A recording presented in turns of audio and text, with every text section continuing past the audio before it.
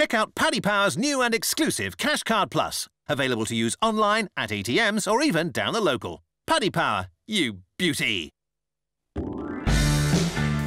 Hi everyone, I'm Sam Laurie standing in for Bruce Millington today. James Hill joins me on the sofa. We've also got betting editor Paul Keeley on the line, as well as Paddy Power's Frank Hickey, looking ahead to an action-packed weekend. It's Racing Post Trophy Day up at Doncaster, also a good flat card on TV at Newbury. And of course the jumps are back at Cheltenham on Saturday, and we've also got the Old Round Chase to look forward to at Aintree on Sunday. So we'll get started looking at the big one, the 325, the Racing Post Trophy. Could be an historic race, this one. Aidan O'Brien looking to break Bobby Frankel's record of Group 1 wins in the season. And Frank, he's got the market principles.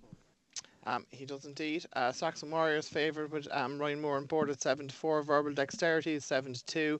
The Pentagon is 5-1. Roaring Lion 13-2. Seahenge 9-1. Chilean 12-1, and we're 14-1 bar. And James, is Aidan the first port of call for you then in this one? Yes, I think he can do it. He can break the record.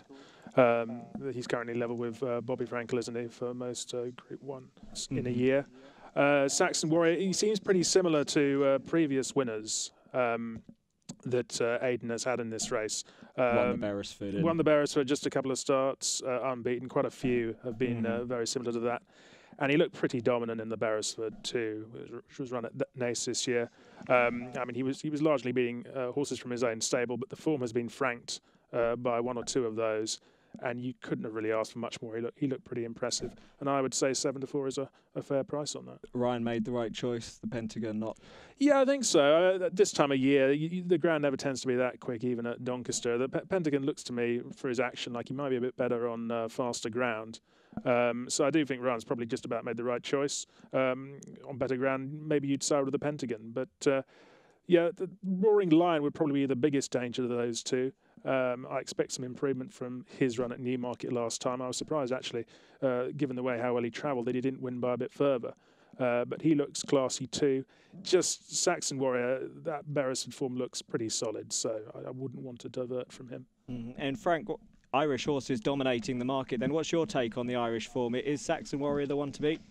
I think so. To be honest, when I did this race, I think it's probably the deepest Racing Post I can remember.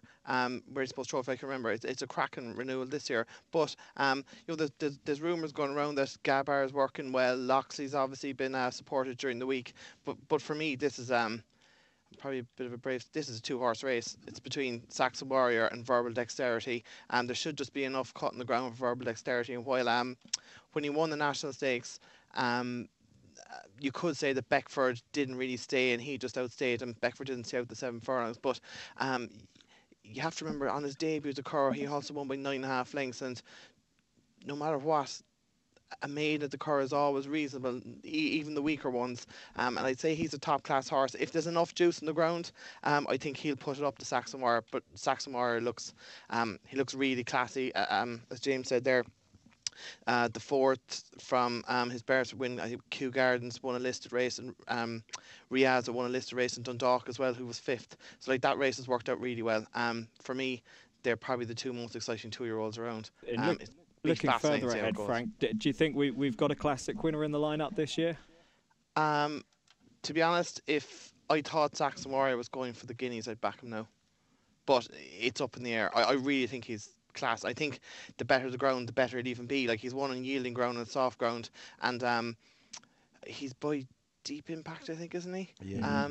And like, I think September is as well, and she seems to really like the fast ground. I know they're not just the same sire, but yeah, I think he might even improve for better ground.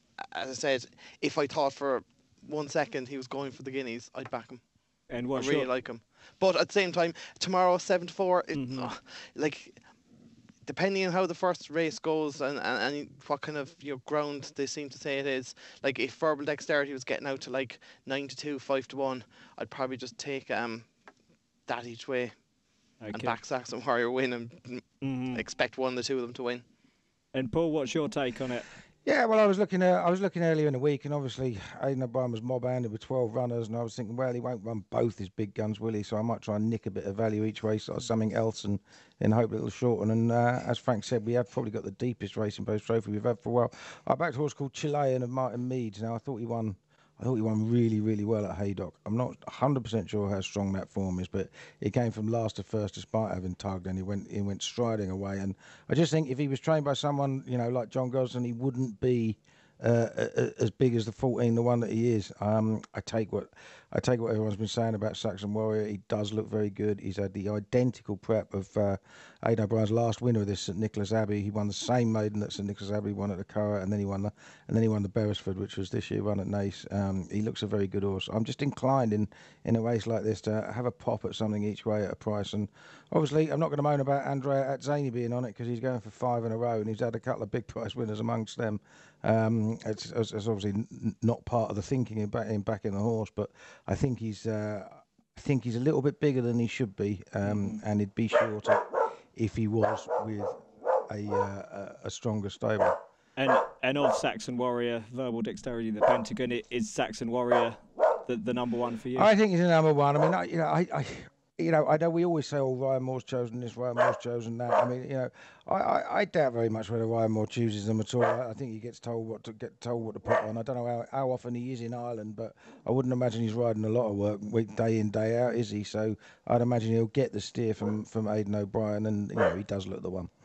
Right, well, move on to the 145. Paul, you can go and feed the dog or something. You'd say the dogs are barking about Saxon Warrior.